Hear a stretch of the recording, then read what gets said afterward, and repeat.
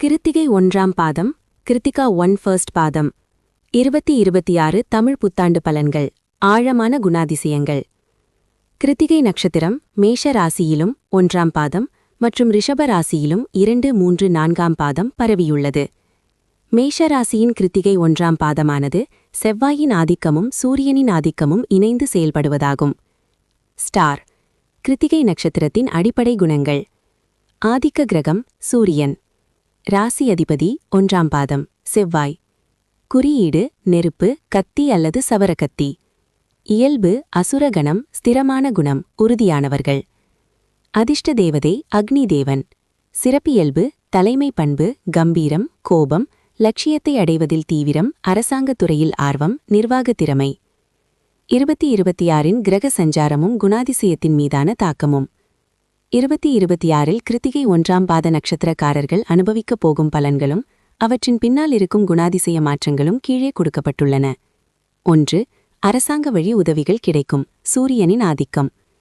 விளக்கம். கிருத்திகை நட்சத்திரத்தின் அதிபதியான சூரியன் அரசாங்க அதிகாரம், கௌரவம் மற்றும் நிர்வாகத் திறமை ஆகியவற்றை குறிக்கிறது. 2026 தாக்கம். குரு பகவான் 4ஆம் இடத்தில் உச்சம் பெறுவது ஜூன் 2க்குப் பிறகு உங்களுக்கு சாதகமாக உள்ளது. மேலும் சூரியனின் ஆதிக்கத்தால் அரசாங்கம் அல்லது தனியார் உயர் பதவிகளில் இருப்பவர்களின் ஆதரவு கிடைக்கும். அரசு சார்ந்த வேலைகள், ஒப்பந்தங்கள் அல்லது நிலுவையில் உள்ள அரசு மானியங்கள், சலுகைகள் போன்றவை இந்த ஆண்டு கைகூடும். இந்த துறைகளில் உங்கள் நிர்வாகத் திறமைக்கு அதிக அங்கீகாரம் கிடைக்கும். 2. தந்தையின் உடல்நிலையில் முன்னேற்றம் மற்றும் ஆதரவு. விளக்கம். சூரியன் தந்தையை குறிக்கும் கிரகமாகும். 2026 தாக்கம். 4ஆம் இடத்து குரு பலம் பெறுவதால் தந்தையின் ஆரோக்கியம் மற்றும் பொருளாதார நிலைமை மேம்படும். நீங்கள் தந்தையிடமிருந்து அல்லது தந்தைக்கு சமமான பெரியவர்களிடமிருந்து முக்கியமான ஆலோசனைகள் மற்றும் உதவிகளை பெறுவீர்கள். தந்தை வழி உறவுகள் மூலம் ஆதாயம் கிடைக்கும். 3. அரசியல் மற்றும் பொதுவாழ்வில் மதிப்பு கூடும். தலைமை பண்பு. விளக்கம். கிருத்திகை நட்சத்திரக்காரர்கள் இயற்கையாகவே அதிகாரமிக்கவர்கள். ஒரு குழுவுக்கு தலைமை தாங்கும் தகுதியுடையவர்கள். 2026 தாக்கம். விரய சனி 12ஆம் இடம் இருந்தாலும் 4ஆம் இடத்து உச்ச குருவின் பார்வை உங்கள் பொதுவாழ்வை மேம்படுத்தும். உங்களின் லட்சியத்தை நோக்கிய உழைப்பு பலன் தரும். நீங்கள் வைத்திருக்கும் பதவிக்கு மதிப்பு கூடும்.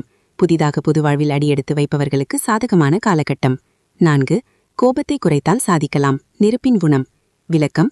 நெருப்புக்கு அதிபதியான அக்னி தேவனின் நட்சத்திரம் என்பதால் உங்களிடம் கோபம், ஆக்ரோஷம் மற்றும் பிடிவாதம் சற்று அதிகமாக இருக்கும்.